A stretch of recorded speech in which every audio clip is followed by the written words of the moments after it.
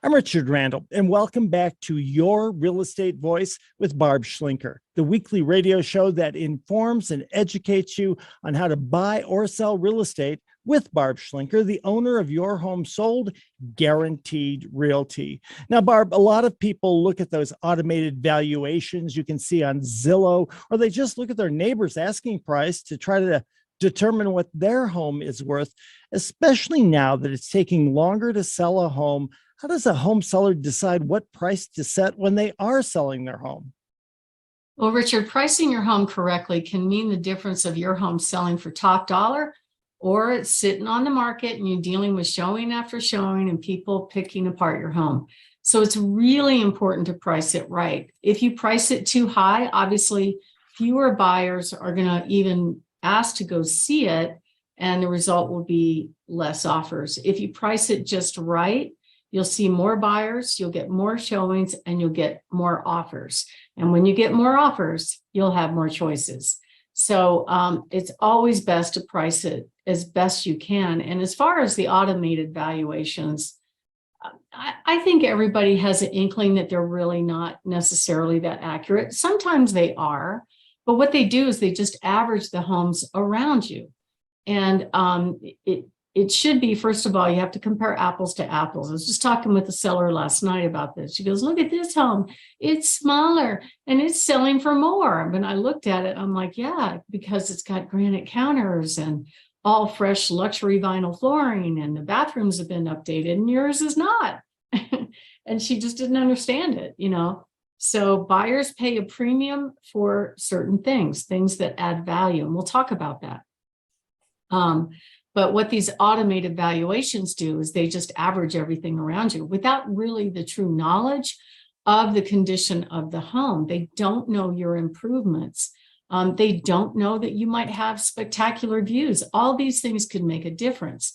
And if you take a look at like realtor.com, put your address in there, you will, if you go down to where it says real value or something like that, you'll see 3 charts right there from 3 different automated valuation companies. And the range is extraordinary. It could be anywhere from $40,000 to $100,000 difference. That is why Zillow and Open Door lost over $1 billion betting on those automated valuations when they overpaid for homes, then tried to flip them and oops, the market wouldn't command it. I mean, I remember when they were doing this, meeting with some home sellers that called me and they said, oh yeah, Zillow or Open Door offered me this.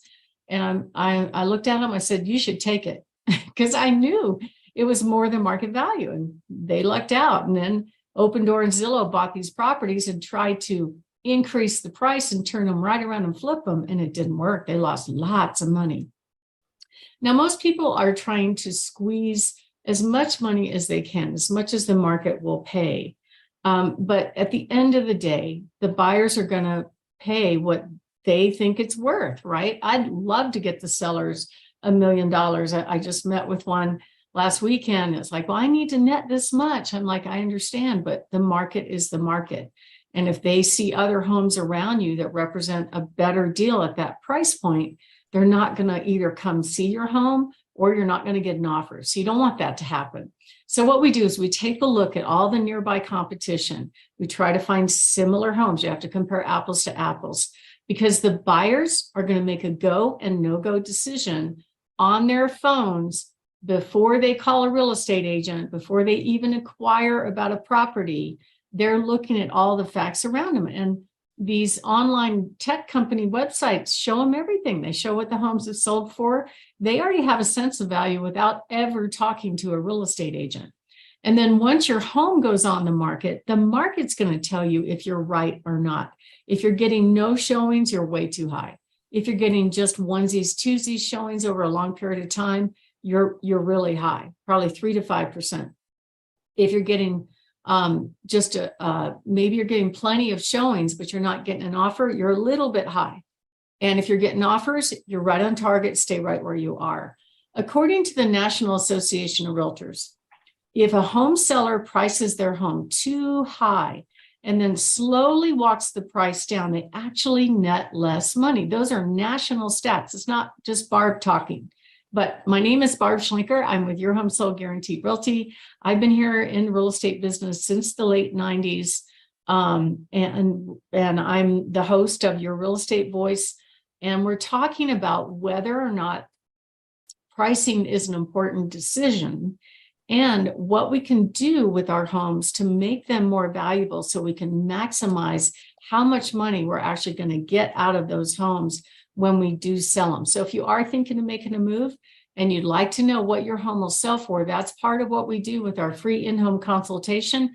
You can go to barbhasthebuyers.com, click on Find My Buyers anywhere, and just call us 719-301-3900. Or if you want to learn how to price it, we'll be happy to do that consultation with you. As it stands right now, the average time on market is about 48 days. That's normal. And that's only of the homes that are selling. Keep in mind, about 31% of the homes on the market in this area are not selling. Okay. And when you get an offer, don't be surprised if the buyer is asking for stuff. Their agents are telling them to do that because they know that there's been a market correction. So they're basically saying, hey, yeah, go in low, see what you can get. And there are some sellers that just won't stand for that. They just go, nope, not playing, bye-bye. So if they really want the house, I always tell the buyer, make your best offer, get the house. That's our mission, is success. It's not, to try and get you the best deal. It's to get you what you really want and need. But there are some buyers that need some help financially. So they might ask, like I had last weekend, I got an offer on one of my listings, and they asked for the seller to pay their loan closing costs. Now, they aren't putting a lot of money down in this transaction, so maybe they don't have a lot of cash resources, and that's fine, but it shouldn't be a seller cost. So what we could do is negotiate on the seller's behalf. We can raise the price. We know it's going to appraise, and then that way their cash requirement is covered within the deal, but it doesn't have to be a seller expense. So we do that for people all the time. And you also need to price it right according to the condition of the home. So if your home is a fixer, don't price it the same as one that has been completely remodeled, because it won't work. The buyers are going to look at that and go, oh, it needs work, I'm not even going to play. But if they see the home and they see that it's priced well below that, and maybe they have the cash and the resources to do their own repairs in their own way, then it's okay. It's okay if you don't do all the remodeling like I'm always talking about. I'll give an example. I had a house right when COVID broke out, and this home was pretty rough. I mean, they were heavy smokers that lived there all their lives, and really no updating had been done since the 70s. And so initially I said, you could fix this themselves, but they were like, nah, we don't have the talent to do that or the money. I said, fine, let's do something aggressive. Let's price it below market value and let the market decide what they're going to pay for it. And it worked really well. We ended up getting, I can't remember, 45 offers. It sold almost at retail as if it were fixed up. And it was really fun to do that. And they were kind of mad at me because I couldn't get the agents to behave. Richard, I know you've heard me talk about this before, but they just do dumb things like leave doors unlocked, lights on. And I finally had a meltdown when I got a report that the agent left the door key inside the entry door, for not the garage door, but the door that goes to the backyard from the garage. They left the key inside there. Lockbox is wide open outside, locked the house and locked everybody else out of the house. Oh my gosh. It's difficult to show a house and try to sell it if you can't get inside. I know. Fortunately, we had a garage door keypad and the seller had another key, but I'm like, that's it. I can't even trust them to just lock the place up and make it available for other people. So I'm not doing this anymore. I did 3 one-hour open houses. They were all flopping on the floor about COVID and man, I want to be around other people. I'm like, fine, then don't go. But we still got 45 offers. So, but I just couldn't, they wouldn't behave. And the seller was just beside herself. Why can't these agents just lock the door and turn the lights off? And I'm like, I don't know. I don't understand it, but that's what happens. The other thing that you have to consider when pricing is, as much as we would like them to be homes are not always a money machine. Okay. They are an investment, and over the long term, they do go up in value. I think the only major anomaly that we've had with that in our lifetime was back in the 2008, 2010 meltdown. We had a 25% correction. Since that time, it's come way back up and gone a lot higher. But a lot of people think, well, I'm going to sell my house at this price so I can get this much money. And you can't think of it that way, because it's only going to sell for market value. It doesn't matter how much you need. It's what the market decides they will pay for the home. And no, if you're overpriced, they won't generally make an offer.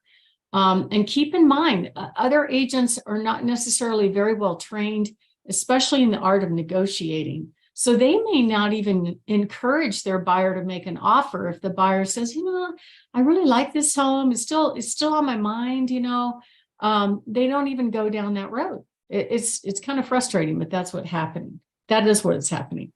And pricing absolutely is a form of marketing. It's kind of where you start negotiations.